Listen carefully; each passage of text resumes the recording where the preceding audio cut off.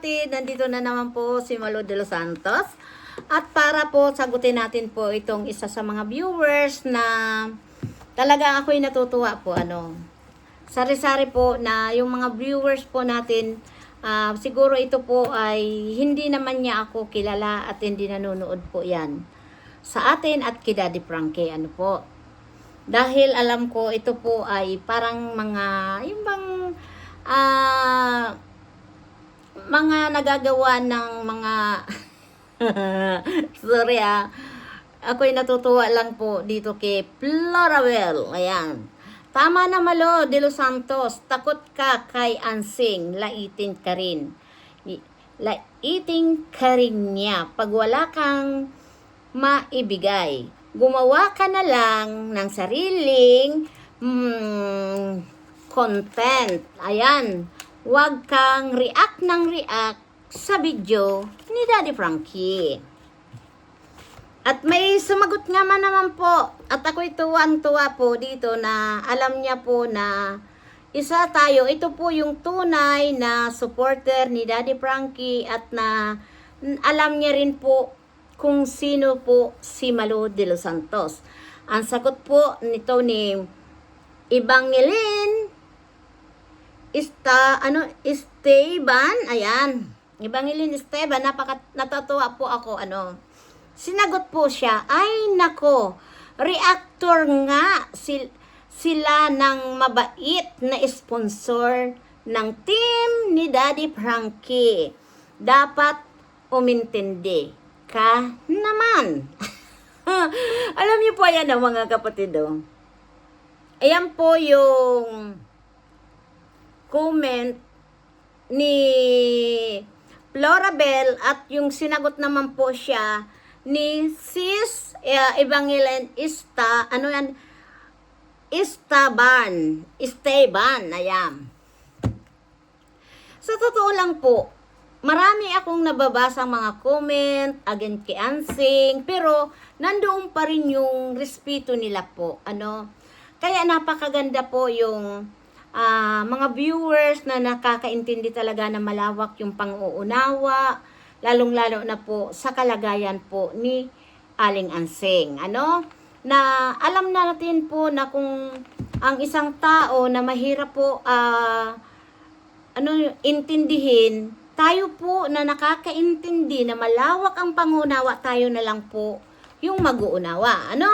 At ito nga, masasabi ko dito po kay Florabel, na sana po, bago tayo mag-comment po na sasabihin nyo, react ako ng react, kaya gumawa ako ng sarili kong content, ay content ko na nga po yung pagre-reaction ko po.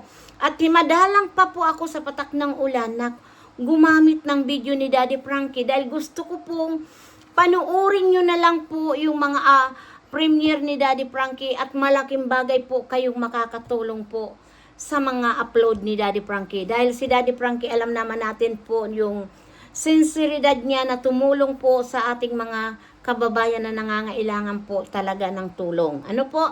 At nandito po ako sa team ni Daddy Frankie bilang po nagsusuporta.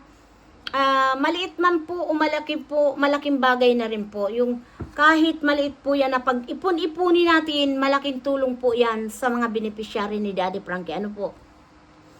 At panoorin nyo, lalong-lalo na ikaw, Florabel, malaking bagay yung panunuorin mo ang video namin at suportahan natin si Daddy Frankie. Malaking tulong nyo na po kahit hindi kayo magbigay ng financial. Napakalaking bagay po yung pinanunood nyo po, yung mga premiere ni Daddy Frankie, bawat upload ni Daddy Frankie. At kung susuportahan nyo po ako at panoorin nyo rin po yung pagkuda-kuda ko dito sa channel ko, maraming salamat po. Pero hindi nyo po ako mau-offend na ganun po, na magawa ako ng sarili kong content. Content ko na nga po to, na magkuda-kuda dito sa harapan nyo, kung panonoorin nyo po ako at susuportahan nyo po ako. Marami pong salamat, 'di ba? At kung hindi naman po, maraming salamat din po. Hindi po ako magagalit dahil yun po ang opinion nyo. Rinirespeto ko po ang bawat opinion nyo po, Florabel.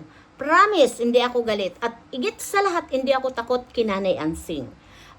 Hindi ako takot lait-laitin. Nahubog na po ako dito sa social media. Dati po, takot akong mabas.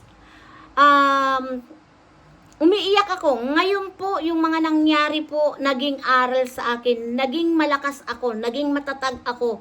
Dahil po dito sa mga basher or sa mga nag-react sa akin. Pero ngayon, alam ko po na ang ginagawa ko na hamakin nyo man ako, reaksyonan man nyo ako, yun ang opinion nyo. Rirespetuhin ko po, mga kapatid. Mag-comment man po kayo, rirespetuhin ko po dahil iyon po ay opinion nyo. Walang mawawala sa akin dahil kilala ko po ang sarili ko kung sino po si Malu de los Santos.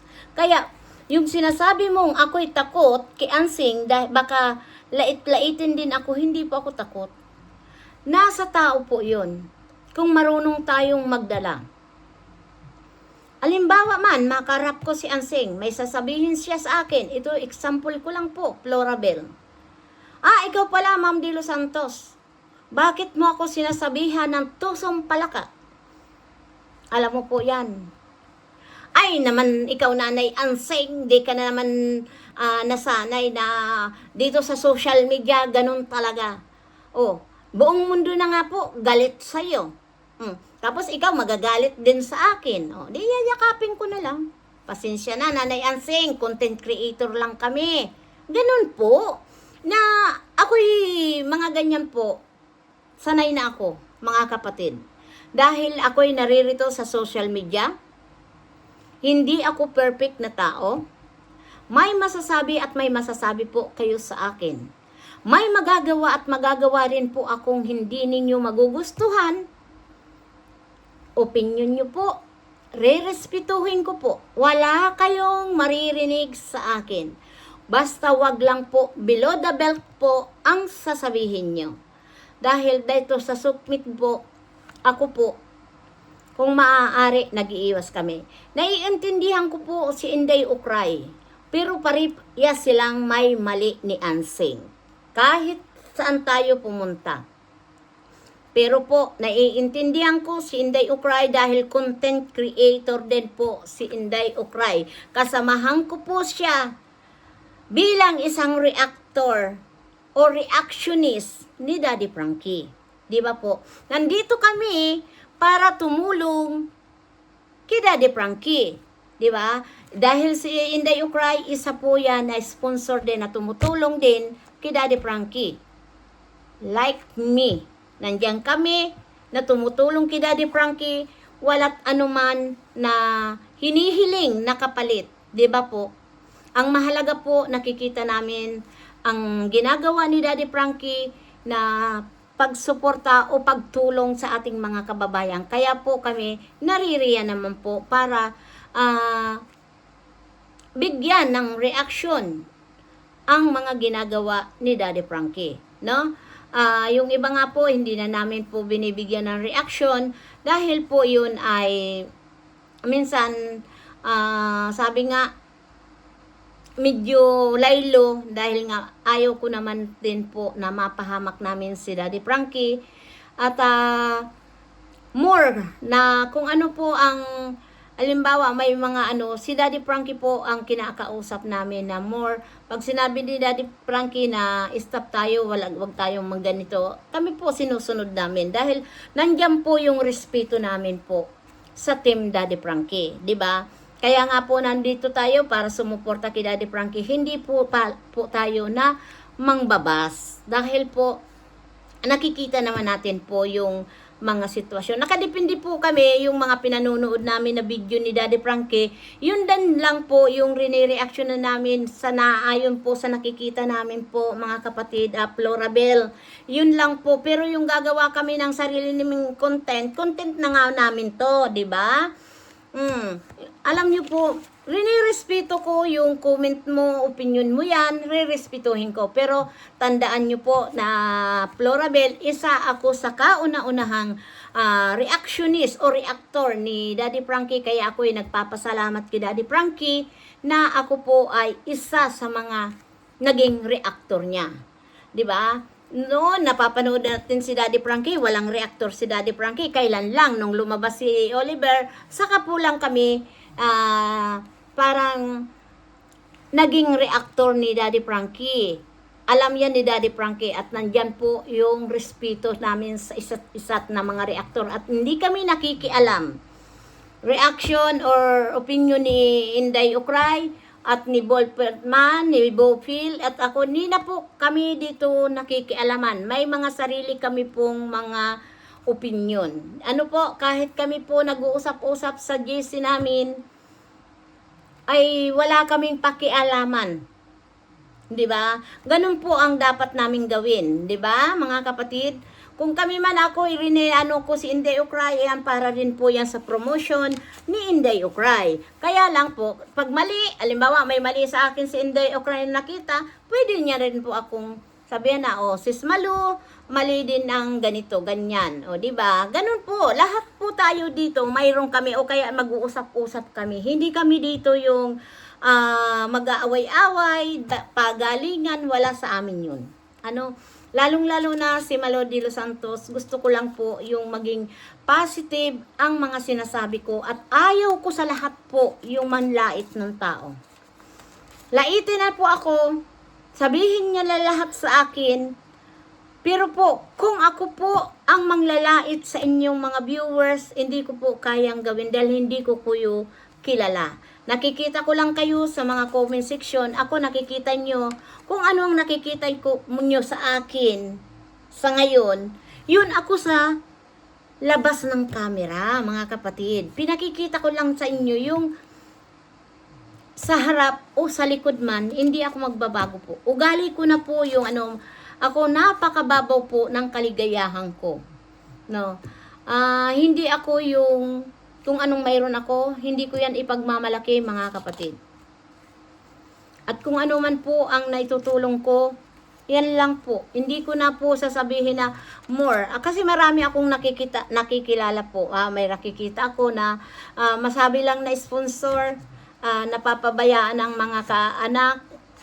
Sa totoo lang, papabayaan ng mga anak ay para lang mo masabing sponsor ka. Hindi po ako. Kung mayroon akong ibibigay, magbibigay ako. Kung wala naman, ay di tahimik po ako. Dahil may maroon naman akong pamilyang mga sinusuportahan, mga pamangkin ko, may mga pinag-aaral din po ako. Marami akong tinutulungan po, mga kapatid. Higit sa lahat, ako po yung breadwinner sa aking pamilya.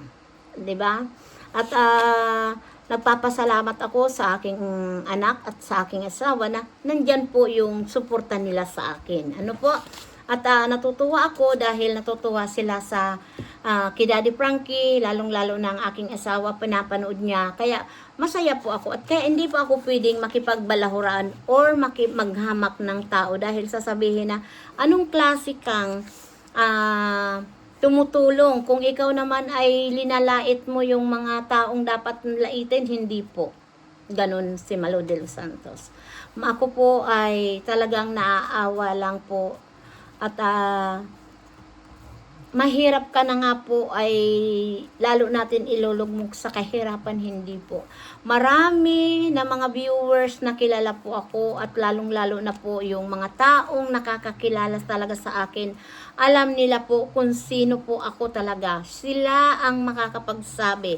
Iko-comment nila, Malo de los Santos, ikaw ay sinungaling. Iko-comment po talaga nila or tatawagan ako na ganito, mali yung sinasabi mo, maling ganito. Diba? Nakakahiya po. Dahil may mga nakakakilala sa akin at ang pamilya ko po ay nanunood sa aking mga vlog, ang mga upload ko po, nakita nila. Kaya mahirap po magsinungaling. Diba?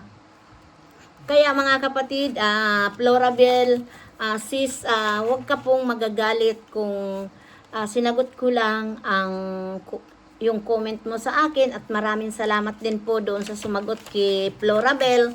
Thank you so much sa inyong mga sis at ako po ay sinabi ko lang kung ano po talaga yung opinion ko. Yung sa mga sinabi mo. At ito, rinirespeto ko rin ang opinion mo dahil alam ko na pag kayo po ay hindi, siguro, may gusto kayo na ganyan, gusto nyo si ganito, gusto niya, may mga kanya-kanya tayo kasing sinusuportahan. Mali man o tama man po yung mga sinusuportahan natin. Pag talagang ayaw sa'yo, may masasabi po talagang hindi maganda. Ano po? At ito lang, Florabel, ang masasabi ko ay isa po akong reactor ni Daddy Frankie. Ano po? At magre-react po ako hanggat gusto ko po. Si Daddy Frankie lang po ang magsasabing, Mama Lu de los Santos, hindi ka na po pwedeng mag-reaction. Ayun po ay re-respetuhin ko po dahil ako po naman ay may respeto sa aking sarili. Ano? Marami pong salamat, Florabel, sa comment mo. At marami po salamat din kay Ma'am Angeline Samban. Ano? Ang hirap po naman talaga, hindi ko matandaan ano. Basta maraming salamat po sa mga viewers, mga supporter ni Daddy Frankie na nag-support sa akin. At maraming salamat din po sa Team Guapa na ako po ay sinuportahan nyo. At sa Team Upo po, maraming salamat at maghantay-antay po tayo. Ano? Kapag may alam, hindi po tayo malilinlang mga viewers, di ba? We love you so much. Bye-bye. Mag-iingat po kayo. God bless you po. Thank you so much.